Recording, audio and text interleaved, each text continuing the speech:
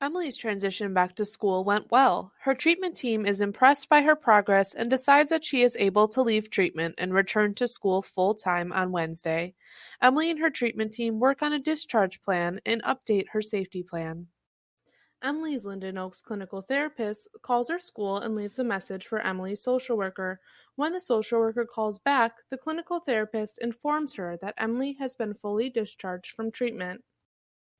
Because she and her mom have signed both ROIs, Emily's clinical therapist fills in her school social worker on her discharge plan and recommends that Emily checks in with the school social worker weekly.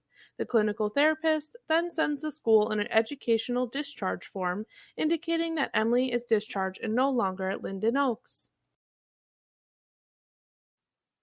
When Madison returns to school on Thursday, she goes into the building but has a hard time with her anxiety. She freaks out and calls her grandma to pick her up before the start of school. Her grandma calls her in sick and takes her to Linden Oaks. The clinical therapist again asks her grandma to sign the clinical ROI so that the clinical therapist can talk with her school social worker about the skills that Madison has learned to manage her anxiety. However, they opt not to again. So the clinical therapist talks with Madison about the plan for returning to school Friday and how to address it, and he calls the school only to update them that Madison will now be returning to school on Friday. The clinical therapist helps her to remember the skills she has learned to deal with her anxiety, including her anxiety ladder and her self-soothe kit at school.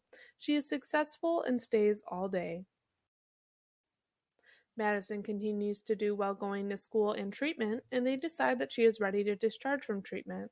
Her clinical therapist and treatment team work on a discharge plan and update her safety plan.